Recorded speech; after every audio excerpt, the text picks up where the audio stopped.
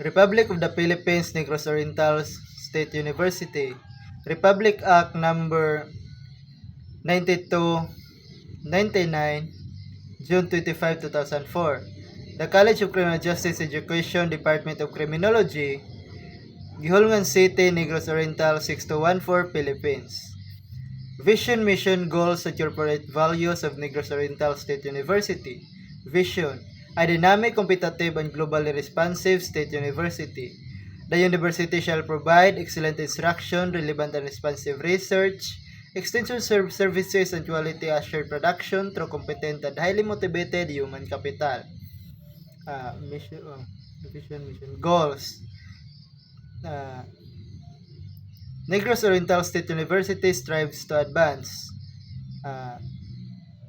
NORSO, national development and effective partnership, opportunity and access to poor but deserving student, research and teaching functions, scholarship and innovation,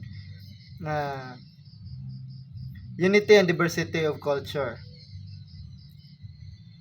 Core values. Core values represent what we believe in giving character to our university. These are SAPHIRE, spirituality, accountability, professionalism, patriotism, harmony, integrity, respect, excellence, quality, policy. Negros Oriental State University commit itself to provide quality instruction, research, extension services, and production, as well as to comply with the regulatory requirements and continual improvements of each management system. Kabilin: kinship of mind and heart for development, adaptability and accountability in the profession, benchmarking with global standard and practices, industry and hard work for productivity, industry and societal transformation, interdependent with global various stakeholders, nurturing desire and harmony, one of nature.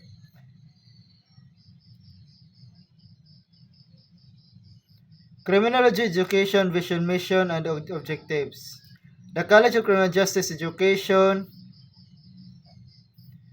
is actively, continually involved in turning out graduates who will lead the nation in addressing the vital problems, crime control and its meeting, and commands for the global competitiveness.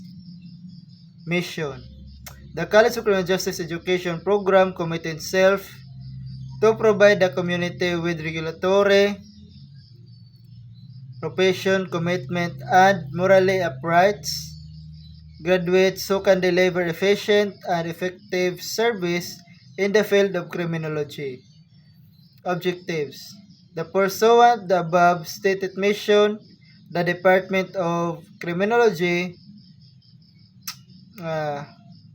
sequence course of study which instruction, discussion, demonstration, laboratory, practice, simulation, individual learning, and on-the-job training. The following are the specific objectives of the department. It seeks to provide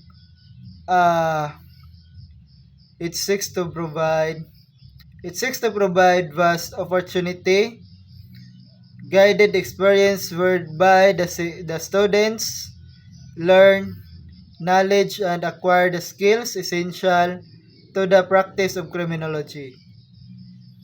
It provides the students with a broad cultural background and an understanding of the Constitution guarantees due process requirements of law is so far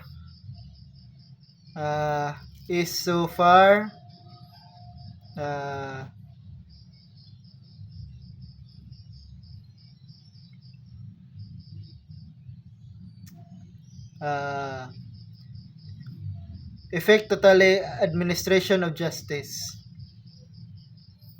Number 3, it furthers higher concept citizenry, accountability, and leadership, and an understanding of one moral and legal responsibilities to his fellow men or in his community and his country.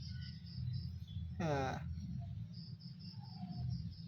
it inspired the insight of students the values of service to humanity. It encouraged research and inquiry in the field of criminology and uh, and criminal justice. Uh,